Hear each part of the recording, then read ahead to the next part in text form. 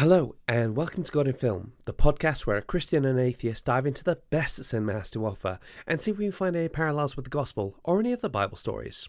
I'm filmmaker and former costumed adventurer Giles Goff, and sadly, Phil can't be with us today. He's busy trying to teleport a telepathic tentacled being into the heart of Manhattan in order to bring about world peace, as you do. So instead, we have guest co-host. Hi, I'm RS Teacher and godlike non-linear being, Natalie Miniker. And today we're going to be looking at Watchmen, in particular the HBO TV series that is a direct continuation of the 1986 graphic novel rather than the 2009 Zack Snyder film. So, Snyder fans, I'm really sorry. You might be a bit disappointed on this one. They're used to it. Yeah, well, I expect they will be boycotting me and bringing about a social media campaign any minute now. We'll be looking at Dr. Manhattan's utopia on Europa and why it's so difficult to have a relationship with a non-linear being, whether it's Dr. Manhattan or, Jesus. Natalie, what did you think of this show? I flipping love this show. I watched it when it first came out. I love the fact that it is like, okay, there's this massive, huge Hollywood movie, which was a very famous adaptation of a comic book. We're not going to make a sequel to that thing that everyone's seen. We're going to make a sequel to the book, which probably quite a few number of people have seen, and I love it. Yeah, really gutsy. Like, we're going to make a sequel to a comic book that came out in 1986 and you're just going to have to deal with that. Do you know what I mean? I also think you could watch that show having not read the comic or seen the film and have been okay. Like they drip in the information that you need. So I think you could watch it having never read the book or seen the film. Yeah. They're very clever with their exposition, I'd say that. I think this show is perfect. I really do. I love the way that it has the guts to say, okay, the book was about nuclear annihilation, and we're going to make this one about race because deal with it. And I have to say, I'm kind of embarrassed that this was the way I learned about the Tulsa riots. I'd never heard about them before. This is the way a lot of us learned about the Tulsa massacre. Yeah. The riots makes it sound quite polite. Fair enough, yeah. Like, such an important event, and we never hear about it. And I think it's fantastic that this big budget sci-fi show is like, hey guys, this thing happened, it's deeply problematic, and we should probably talk about it. 100%. And now it's time to hear from a man who is nothing short of remarkable. As a child, he quickly learned his intellect far outstripped his classmates and even his teachers. At 17, following the somewhat suspicious death of his parents, he inherited all their wealth but chose to give it all away to charity so that he could demonstrate the possibility of achieving anything, starting from nothing. He then decided to retrace the steps of Alexander the Great, embarking on a pilgrimage of physical, mental and spiritual discovery. Today, he has attained that level of peak mental, physical and spiritual perfection. Many people call him Bangor's smartest man, but we just know him as Matt Heslop. Hello, it's Matt here for another Matt's Facts. This time, we're talking about Watchmen. Watchmen was published in 1986 originally as a miniseries that ran through to 1987. Created by Alan Moore, originally Watchmen was meant to feature some very different characters. In the early 80s, DC acquired the rights to certain comic characters belonging to Charleston Comics, and that was originally what Alan Moore wanted to use. That was what he proposed for. But DC decided they'd rather have something original, and after much persuasion, Alan Moore actually agreed. So, to give a bit of a basis on what each character was originally based on, I'll go through the main. First up, the Comedian. Now, the Comedian was surprisingly enough based on the Peacemaker, with a little bit of Nick Fury added for when he first appears as an older gent. Rorschach was based on a Ditko character called Mr. A, as well as DC's The Question, whereas Night Owl was based on the Ted Kord version of Blue Beetle. Now, this was a very Batman-esque character at the time. The other big example is Dr. Manhattan. He's the main driving force between a lot of the things in Watchmen. And he was actually based on a character called Captain Atom, who was a very powerful, albeit not a scientist, but a military man who suffered a very bad experimental mishap. Now, when it was released, the thing which took it was it took recent events, threw them in the superhero genre and went, what happens if these had happened and caused other things not to happen? And thus we find ourselves in the Watchmen comics.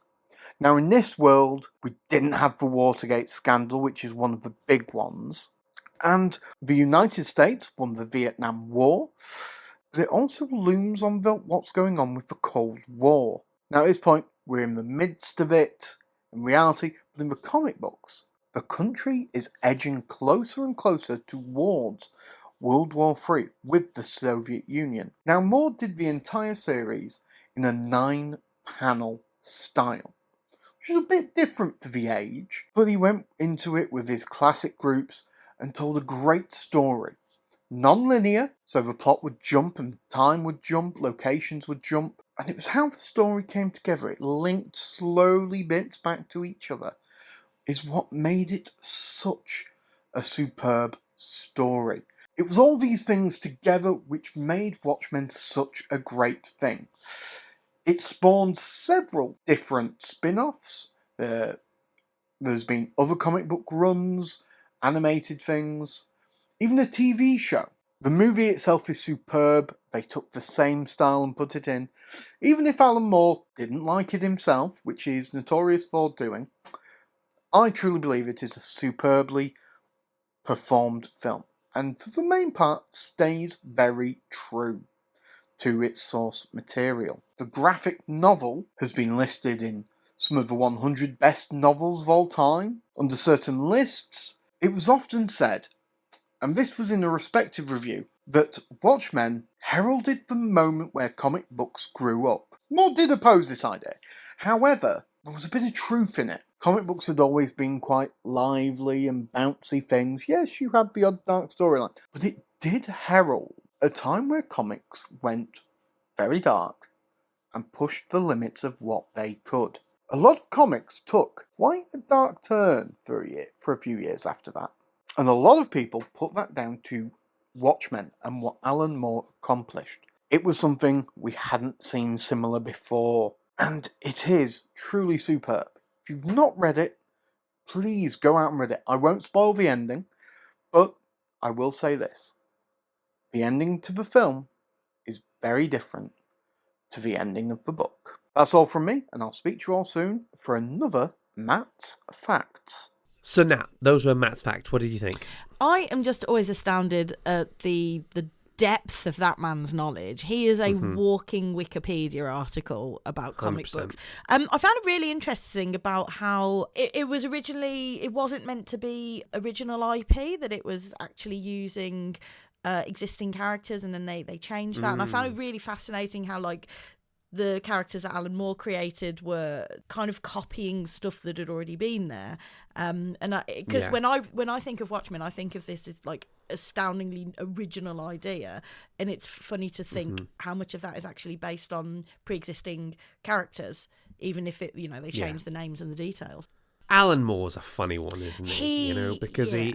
So Alan Moore, for those of you that don't know, if we haven't talked about it, if you don't remember what we mentioned it in our Constantine episode, he has a tendency to completely and totally disregard any adaptations of his work. If you look on the credits for the show, it'll say based on characters co-created by David Gibbons.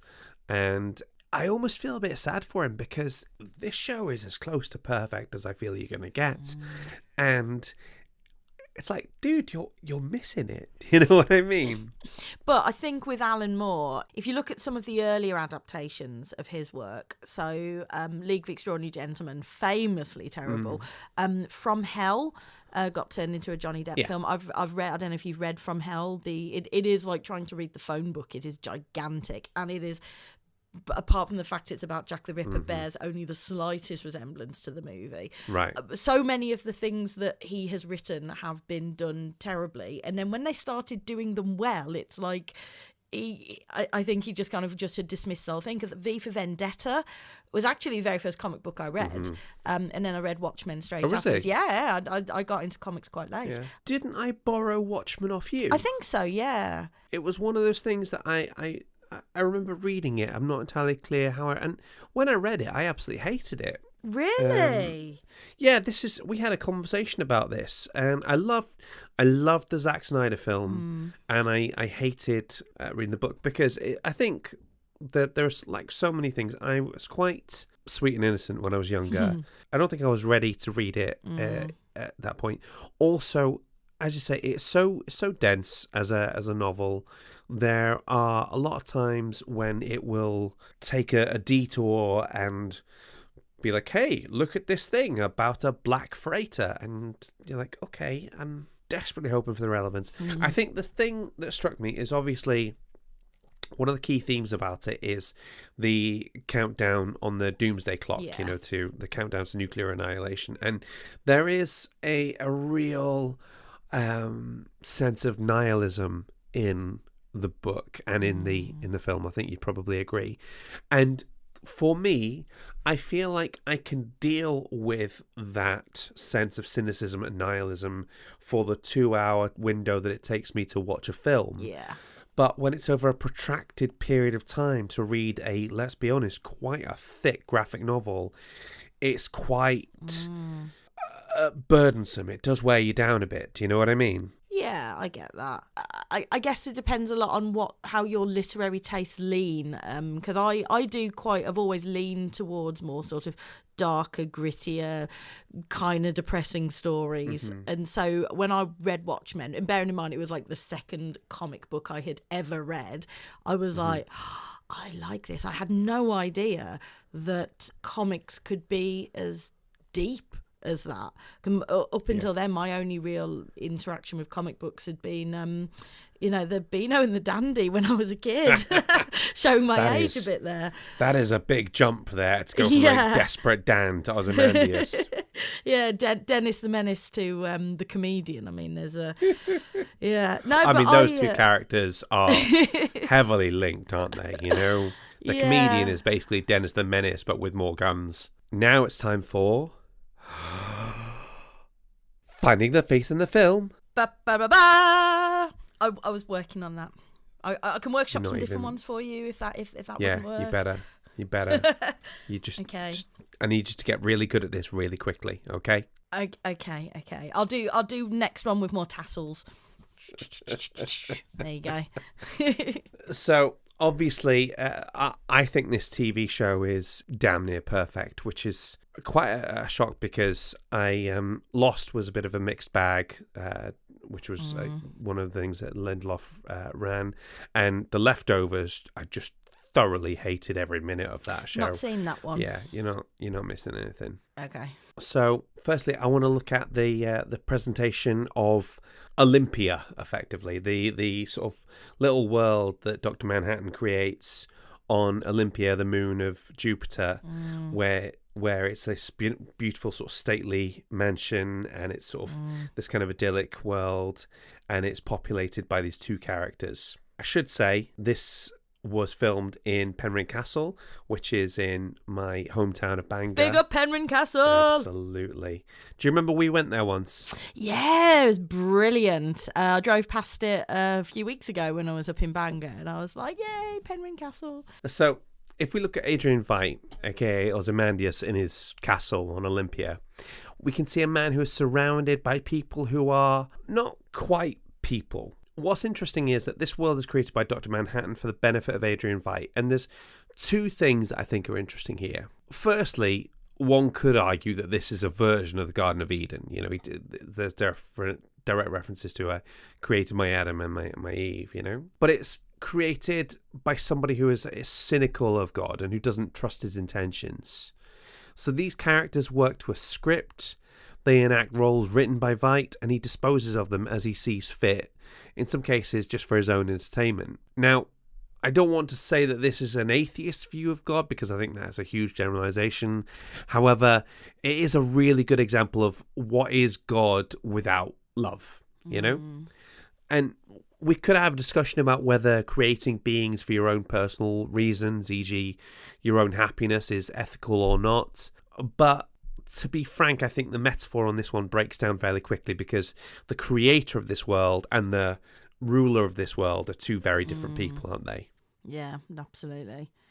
Because didn't Dr. Manhattan created it for himself first, didn't he? And then realised it wasn't exactly what he wanted or intended, and kind of just handed it over to Vought. Well, he said that they were too caring. They said that they were too caring. All they wanted was to love him and to serve him, and that got tiresome after a while, which really sort of links straight into why God gave us free will. Do you know what I mean? You can only really have a relationship with somebody if they have the option to say no to you at times, or to disagree with you at times. If they're just agreeing with you and sort of bowing and scraping all the time, it's not a relationship of equals. This Garden of Eden and this kind of malevolent God, I do kind of see where you're coming from with that. Yeah, 100%. And the second thing I want to point out is that Lindelof said in a podcast interview that Dr. Manhattan is actually quite a boring person. What I mean is his personality is quite boring, you know?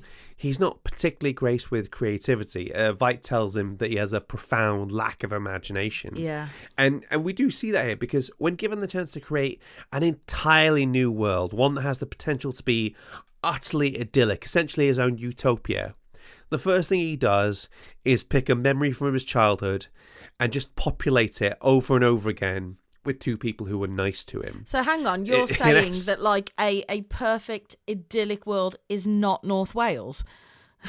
No, I mean that is demonstrably true in so many ways. But what I'm saying is that he's just kind of done like Command C, Command V for humanity, and he's just kind of copied and pasted all over and over.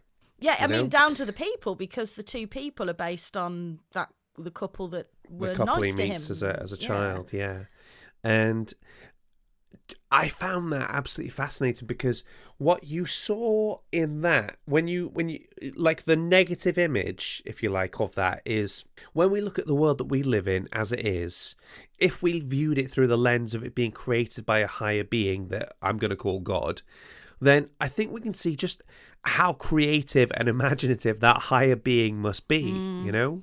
God, as seen through his works, is like infinitely diverse, complex and gratifying. I mean, yes, we could all just look exactly like each other, have no real personality to speak of, but I think we can see how not only how dull but dangerous that could be. The thing I love about this is that God is basically a nerd, you know? He's like, look, I created this thing, and do you see how it works? And I've got all these different species to it, and it's this one does this, and this has this variation. It's the heart of a really passionate creator who is just desperate to show off everything he's created. Do you know what I mean? Yeah, and I think it's, you know, that, because obviously they're trying to make a kind of Garden of Eden parallel, but I think you're right in that with Dr. Manhattan, like with God, do you know the phrase ex nihilo? So God creates things out of nothing. But I mean, Dr. Manhattan, I suppose, can he actually create matter? Or is he just rearranging it? But either way, you're right, like, because he is just cutting and pasting from stuff that he's already seen. In Genesis, it does say that humans are created in God's image, and I don't know, like, Dr. Manhattan is technically human, and he creates some humans. Yeah, but he doesn't create them in his own image, though, no, does that's true, because they're not blue. You know, I'd have to say probably in terms of narrative conceits, Dr. Manhattan probably has to be the biggest narrative conceit of all of literature, where somebody has an accident at like a nuclear testing facility and they become a god. You know, like turning green and getting really strong, I could believe, you know, getting the proportionate strength of a spider. Yeah, I can get that. But being able to transport yourself to a moon of Jupiter and just create something out of nothing, you're like, okay, taking a lot on faith here, but okay, you know? Yeah. With Dr. Manhattan, he does love, like, because in the original comic, that's why he leaves Earth. It's like he gets his heart broken, and I think he's not very demonstrative in that love, but he does feel it. And if you look in the Watchmen TV series, he has everything that he does with what's her name? Angela. Thank you. With Angela, yeah, it's all about he loves her and he falls in love with her, and he falls in love with her as Dr. Manhattan and then kind of becomes human. But I think with the difference is that his love is very much focused on just one person at a time. It's a very human love. Whereas if we're talking about him as being a god, God's got infinite love for all people. I think Dr. Manhattan he's omnipresent, I guess. He exists in time. He's omnitemporal, I guess we'd say. He's basically omnipotent, but I don't think he's omnibenevolent. His love is selective. He doesn't have godlike love. He's got human love still. So he's not quite the sort of god of classical theism, I guess. And I think that's fascinating because it shows that for all the things he can do, for all the abilities that he has, he's actually so much closer to human than he is to God. Do you know what I mean? Yeah. I think what's interesting is if we look at this sort of role of Olympia where it's this idyllic place where everybody simply agrees with everybody else and there's no real variation to speak of. That's how a lot of people can sort of see heaven. Now, obviously, the Bible is really light on details when it comes to describing what heaven is actually like. So it seems reasonable that people have to try to fill it with their own imagination. And I think when we're doing that, it's important to also factor in the sheer amount of creativity God will put into it. We just can't imagine how it would be. And as a result, when people describe heaven to others, it does end up sounding quite dull sometimes. And I think that is a flaw of the person trying to get that across rather than heaven itself. You know, and some of the readings I've looked at and sort of different theories and theologies and stuff is that heaven is essentially just being in God's complete presence. And because God is beyond human understanding with our stupid meat brains, like, we cannot understand what that's like. And hell is therefore just the complete absence of God. So like the fire and pitchfork stuff is kind of missing the point. That's not the torture, it's being away from God's presence. And I guess, you know, the physical life that we have when we're alive is a kind of a middle ground, I guess. Yeah, I couldn't have said it better myself. Not bad for an atheist, eh? Yeah. Just so we're clear, everybody, Nat wanted to make it very, very clear to everybody that she's definitely an atheist. I did say that earlier on, don't worry. I'm the token atheist. I don't think they'll kick you out of Atheist Club just for being on my podcast, you know? Oh, damn it. I've got Richard Dawkins on the phone. Oh, damn. Ricky D. I've got to block his number. He keeps pestering me. Honestly, he is one of those guys who... I kind of agree with what he says, but I'm like, dude, there are better ways to say things. If you're trying to convince people to your point of view, don't insult them and call them stupid. Like, I teach my year 7s this. He's I think he's our secret agent, if I'm honest. You know, I think. Oh my God, he's a Christian sleeper agent. I think he's a sleeper agent. You know, I think he just goes around screaming at people, "There is no God," and people who are so offended that they that he's talking to them like that, they actually start to take a contrary position out of pure spite. Yeah, you know, exactly. It's the whole, you know, sun and the wind. You know, remember that analogy? Like, you're trying. Do you not know that one? At the risk of going off on a tangent, I'll tell you this. You can always edit it out. It's a little parable that one of my teachers taught me when I was in primary school, and it always stuck with me. That if you're trying to convince somebody to change their mind and embrace your point of view or your way of life, something like that, you want to be like the sun and not the wind. So the parable is there's a man walking down a road, and the sun and the wind are up in the sky, and the wind says to the sun, I bet you, I'll make you a wager, I can get that man's coat off him. And so the wind blows and blows and blows and blows. And every time the wind blows, the man grabs his coat and pulls it to him tighter and tighter and tighter. And eventually the wind gives up. And then the sun goes, okay, now it's my turn. And the sun just shines and is hot and warm and sunny. And eventually the man takes his coat off by himself. And I always take that parable, that little story, it's not a religious one, just a sort of folklore tale, that it's like, if you want people to come to your way of living, like if you believe that your way of life, whether it's Christian, atheist, whatever, is the best way to be, then if you attack people, if you're like the wind and you just attack people and say, no, you're wrong, you need to do what I'm doing, people will grab onto their beliefs even tighter and they won't want to let go of them because they'll feel under attack. But if you just shine, if you just live a good life and you are a walking example of, well, actually, do you know what? This is my particular way of life, and look, I'm a good person and I am here just shining, then people may of their own free will come to your side. I don't know if it works, but it's always something that I have in my mind of, like, when you're trying to get someone to agree with you, if you attack their beliefs, they just hold on to them tighter.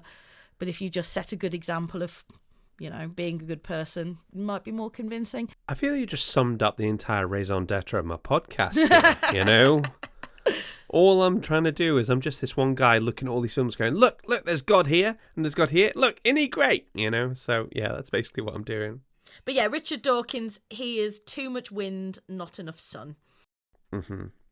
So the last thing I want to talk about is the 8th episode, A God Walks into a Bar, which is brilliant. Best episode. Love that one. It really was. Wibbly And the reason wobbly, I love this... timey-wimey. Wibbly wobbly, timey-wimey. The reason I love this episode so much was it really showed how tricky it can be to have a relationship with a non-linear being. So we have, I'm going to call him Cal for this bit because he has at least 3 names. I'm going to call him Cal for this for distinction. He has that brilliant line where he says, I don't experience the concept of before. And there's that brilliant scene after she's brought him back where he's standing on the swimming pool. And he's saying, I'm going to talk to your grandfather. And there's that bit where he's like, I'm talking to him now, relatively speaking. And he says to the grandfather, I'm talking to her now, relatively speaking. And there's that moment where she says, how did you know that Judd Crawford was Cyclops? And then there's that bit with, who's Judd Crawford? And he tells him again, he doesn't know who Judd Crawford is. He does now. And there's that moment where she's going, oh my gosh, did I start this? Am I the starting point? And this is an absolutely fascinating example of a bootstrap paradox. Nat, just quickly, do you want to explain what a bootstrap paradox is? So it's where you end up with a closed circle of continuity where it appears that there's no beginning or end. And it's called the bootstrap paradox because it's the phrase, lifting yourself up by your own bootstraps. Yeah. Pulling yourself up by your own bootstraps is obviously ridiculous because you would still be pulling yourself up and you are still lifting your own foot in that case.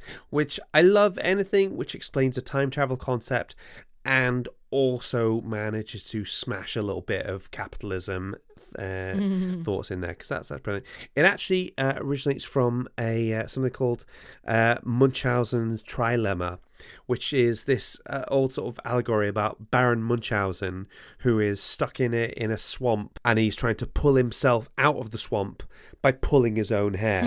It's like, well, that's obviously impossible to do. So yeah, you're right. It's that idea of something that's an impossible thing to do with a causal loop, if you like, And I was thinking about examples of Jesus doing this in the Bible, which are quite subtle, but they are there.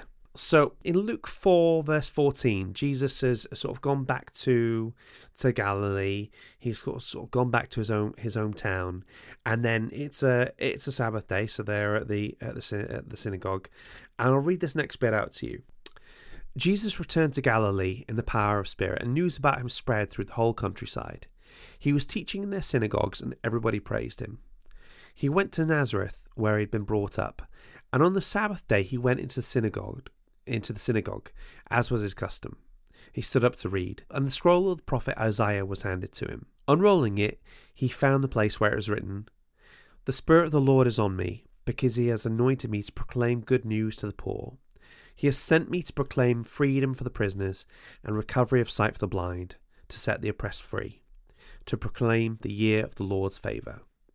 Then he rolled up the scroll, gave it back to the attendant, and sat down. The eyes of everyone in the synagogue were fastened on him. He began by saying to them, "Today, this scripture is fulfilled in your hearing." So all spoke well of him and were amazed at the gracious words that came from him. So another translation of that is, as you were hearing that, this prophecy came true. Okay, because he's quoting Isaiah at that point. I'll have to look for the exact thing. Now, if we're looking at this on a surface level, or if we were trying to present Jesus as some kind of con man, we'd simply say that Jesus memorized these verses and used them to try to convince people he was a Messiah. However, if we take the view that Jesus actually is the Son of God, then something much more interesting is happening. So if you believe in the Trinity, then you believe that there's quite a porous nature between God the Father, God the Holy Spirit, and God the Son. So that's not a distinction that comes up in the Old Testament. It's not really something that's talked about in Judaism. It's a very monotheistic kind of culture. And as a result, there's no kind of distinction made there between who's doing the talking. You know? Yeah. So when one of the Old Testament prophets like Isaiah says something to the effect of, "The Lord said to me," or "So saith the Lord," or whatever you want to call it, it's tricky to pin down exactly who is doing the talking at that point. Is it God the Father? Is it God the Holy Spirit? Or is it Jesus? And, is there any real difference? So effectively, what I'm asking is, when he reads this out, is he basically quoting himself? That's interesting. So if Isaiah is, if the Holy Spirit was talking through Isaiah when Isaiah was writing the prophecies, and then Jesus, if he isn't like a Dr. Manhattan non-linear being, he is kind of having that conversation in the past with Isaiah at the same time? Maybe. Basically, yeah, that's kind of where I'm going with this. Yeah, is he saying this to Isaiah, anticipating the moment where he is going to be at the synagogue teaching to people? That's what I always found fascinating, that concept, Yeah. No, I mean, if God is an omnitemporal being and exists in all places at all times, then yeah, he would be simultaneously with Isaiah and in the synagogue at the same time. And I love that. And there's another interesting example, not showing the connection between the Old Testament and the New Testament like this one, but showing the connection between the New Testament and all the centuries of Christendom that have come since, including today. It was touched on by one of the speakers we had at church recently, called a fellow called Duncan Fairbanks.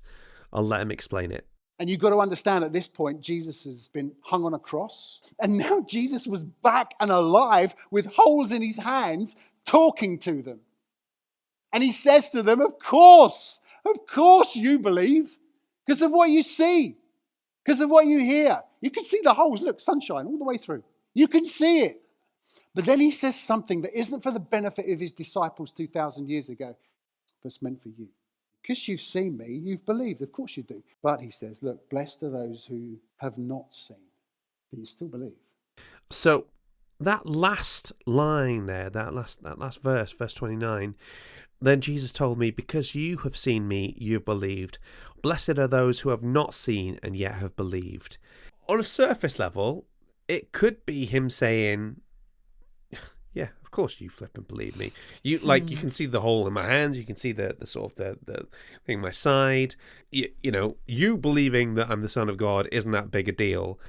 But also, to me, it is much more powerful to think of it in terms of Jesus knows that somebody is going to write this down, that John is going to write this down, and that this piece of information is going to be relayed to me 2,000 years later, and to all the sort of Christians since. It's one of those moments where somebody is speaking.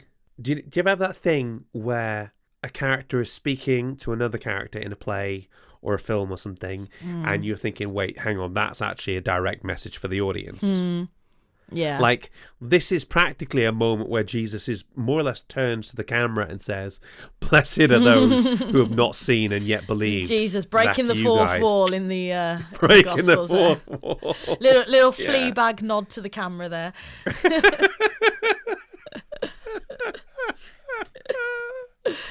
And I love that, you know. I love the idea that he knows as he's talking to people, he knows that the words are going to echo through the centuries, and sometimes he's talking not to his primary audience, but actually talking over their heads to the secondary audience, you know? Yeah. Louder for those in the back. Yeah. There's some other really fascinating concepts there. Like, do you remember the bit where she says, well, if you're Dr. Manhattan, just prove it. Can you glow or something? And he says, well, I could do that, but I'd rather not until you agree to go to dinner with me tomorrow night. Oh, we've all had that chat-up line used on us.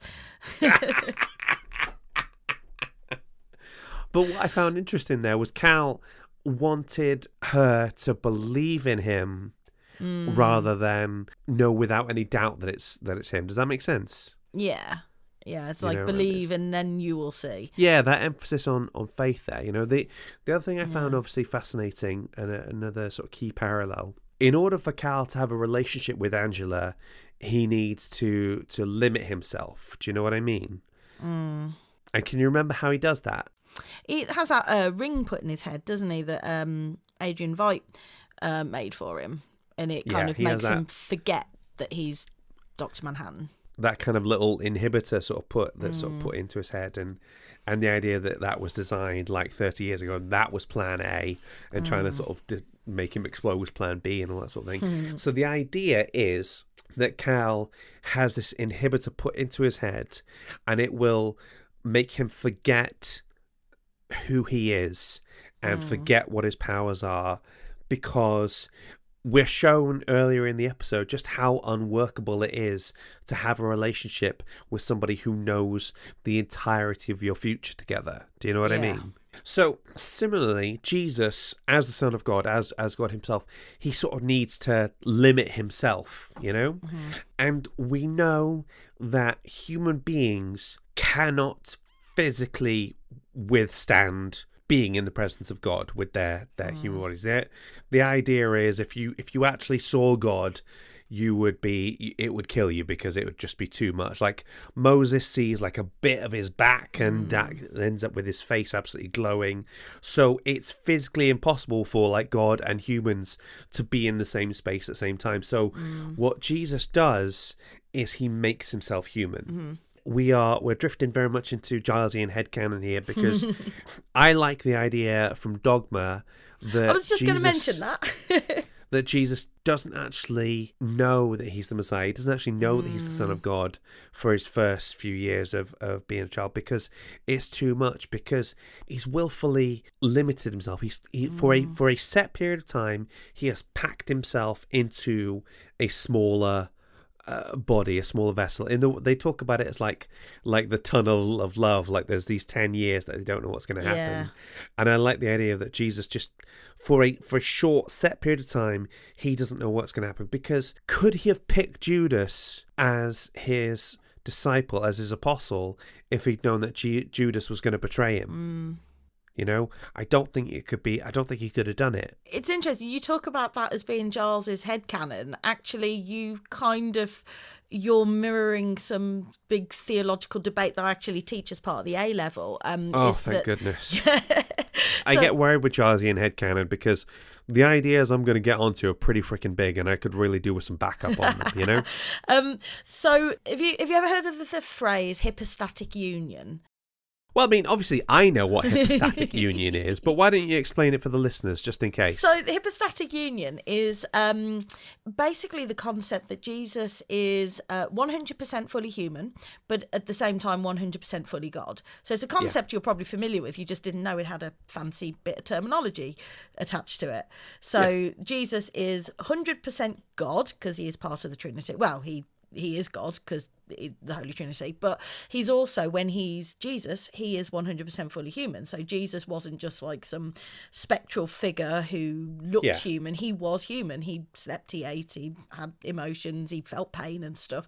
And that's important, because if Jesus didn't feel pain, then his sacrifice on the cross wouldn't really have meant much. Exactly. Yeah. So the question is, if you have this belief that Jesus is 100% fully human and also 100% fully God, what about when he appears to not know things? So, for example, when he's walking through the market and there's somebody touches his robe, it was the woman who was bleeding, I think it was, touches his robe, and he goes, "Who touched me?" So the question is, if he is 100% God, then he's omniscient, so he knows who touched him. So him asking that question is basically him play acting for the crowds.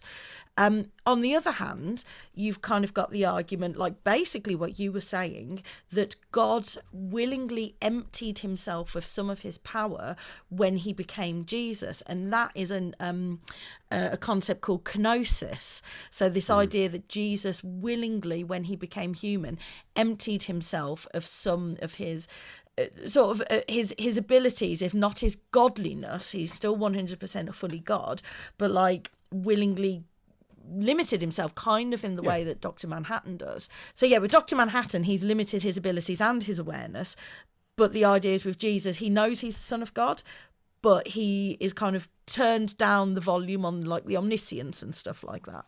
Yeah. So the way I imagine it is the human brain is like a 500 megabyte thumb drive, and you've got 18 terabytes of information that needs to go in there. You literally can't fit it all in. So Jesus learns about God the way the rest of us learn about God. Jesus learns about things the way the rest of us learn about it by sort of God talking directly to us, you know? Because again, you're right, he couldn't have all that information put into his head all the time. It would be impossible. It'd be exhausting, you know? Yeah. And I wonder about this concept of God limiting himself, whether it can be spread any wider. So you know about Calvinism, don't you? So Calvinism is the idea that it's the number of people that will be saved by God is predetermined. There are some people who are elect, there are some people who aren't. Basically, I'm not a big fan of it because I've never met a Calvinist who doesn't think they're elect, you know? So it's like, okay, fine. Calvinism, it's an interesting one, because I think on a logical level, it's the denomination that makes the most sense in terms of like pure hard logic. Like if God is omniscient, he already knows who's going to be saved. And so that it makes sense on like a nice logic level. However, it's like what is the point then? It is the Richard Dawkins of Christianity. Yeah, it's like do you know what I mean? when STEM people try to do theology, you end up with Calvinism, and it's like where's the omnibenevolence? It's like you've made it all nice and neat and tidied up with a nice logical bow, but where's the love? Yeah. So my theory, and this is Gilesian headcanon, please take this with a pinch of salt, but I believe, or at least I think, that maybe God has limited himself in order to have a relationship with humanity. That for the time that humanity has existed, he's decided to not know whether somebody's going to accept him or reject him. Because if God is love, he's not going to be able to create somebody knowing that they could reject him and all the things that would come with that. That's not consistent for me. But also, if he then only created people who he knew was going to love him, that then brings into question issues about free will. Do you know what I mean? For me, I think that God has deliberately limited himself. There are some beliefs that God can forget things, that he has like a selective memory, that he can, when you ask for forgiveness of a sin, God will not only forgive you, but he will forget that thing ever happened. You are completely new in his eyes. Do you know what I mean? No, I was just going to say, I think it's something that pops up a lot in religious studies. When we look in year 8, I do a module with the kids about, does God exist? And we look at things like omnipotence and omniscience and the paradoxes that presents. And this idea that if you limit any of God's characteristics in any way, then you make him not God. So if you take away some of his omniscience, and he like you said in your Jarlesian headcanon, that God limits his omniscience so that he doesn't know who's going to be saved and who isn't. There is an alternative way out of that. This idea that, well, if God knows everything that's going to happen, he knows who's going to be saved and who isn't, how does that equate with free will? The argument is that just because you know something's going to happen, it doesn't mean you made it happen. So, like, the analogy is, imagine you're standing on a hill and you can see a mile away there's somebody has got their foot stuck on a train track, and there's a train coming. You know that person's going to get hit by the train, but you did not make it happen. And so the argument is that God can see everything that's ever going to happen, because he exists at all points at all times, but that doesn't mean he made it happen. I think it's an interesting. I don't know if it holds up to close scrutiny, but it allows God to maintain his omniscience and humans to maintain their free will. Yeah, when you have free will and omniscience and omnipotence, then it really does create a few head scratches. The way I like to think of it is that God is in a 3-legged race with humanity. Okay, so I imagine if it came to it, you could probably be a bit quicker than Edith, your youngest daughter. It depends if she's like grabbed something she's not supposed to and is legging her to her bedroom before I can grab her. But my point is that if you took an adult and strapped their leg to a child, they're not going to be able to run as fast. They will still be able to run, but they won't be able to run as fast. And at any point, you could just take the straps off. You could just untie the thing. But you're choosing not to. And so you're accepting that limitation upon you in order to run at the same pace as somebody else. And that's the metaphor that works best for me when it comes to understanding God. That not only does he love us, not only does he want to do everything for us and to sort of keep us safe and keep us loved, he's also deliberately lessening himself, deliberately limiting himself in order that we could even begin to have a relationship with him. See what I mean? Or could you not just argue, I mean, this is a phrase we tend to use a lot, particularly at A level when we get into the sort of deep theology about Christianity, is that there are many things that are, and there's a hand gesture that goes with divine mystery. You have to kind of like twinkle your fingers in the little rainbow, because you could say, well, God is God. God is so far beyond human understanding that our stupid meat brains can't even comprehend. So somehow that we can't understand, God can have that personal relationship with us while at the same time being omniscient and omnitemporal and all these things. And God can do it because he's God, and we are not God, so we shouldn't worry too much about how it happened. Yeah, I think you've sort of hit the nail on the head. Like, don't worry too much about it. Like, have fun thinking about it, but don't let it get you stressed out. It'd be like trying to explain quadratic equations to ants. Like it'd be like trying to explain quadratic equations to me. I use that as an example because it's been a long time since I did them, and I always remember them being really hard. Fantastic. That brings us to the end of Finding the Faith in the Film, and that brings us to the end of this episode. Nat, have you had a good time? I have had a wonderful time. I always love coming onto this show, and I think it's been quite interesting coming into this episode cold, because I am a planner and I like to know what I'm going to say, and it's kind of been quite scary freewheeling it, but I hope I brought some big knowledge bombs. Well, I did realise what I was asking of you by saying you don't need to plan anything, it's totally fine. And I think the fact is that even with absolutely nothing prepared, you're still absolute dynamite when it comes to the knowledge bombs. Okay? Why, thank thank you. But yeah, thank you for inviting me on. I always love coming on this show, and any excuse to talk to Giles, I will jump on that. Awesome sauce. All right, listeners, if you have been, thanks for listening, and we hope to see you next week for our Wakanda Forever episode. See you then. Bye. Bye, bye, bye, bye, bye, bye, bye. Gordon Film is hosted and created by Giles Goff. That's me. Mixing and editing by Giles. Our logo was designed by Julie Walsh. And our theme tune was composed by Rick Lee. Fact checking and waffle editing by literally no one. I've gone drunk with the lack of oversight. Guardian Film is a Dash production.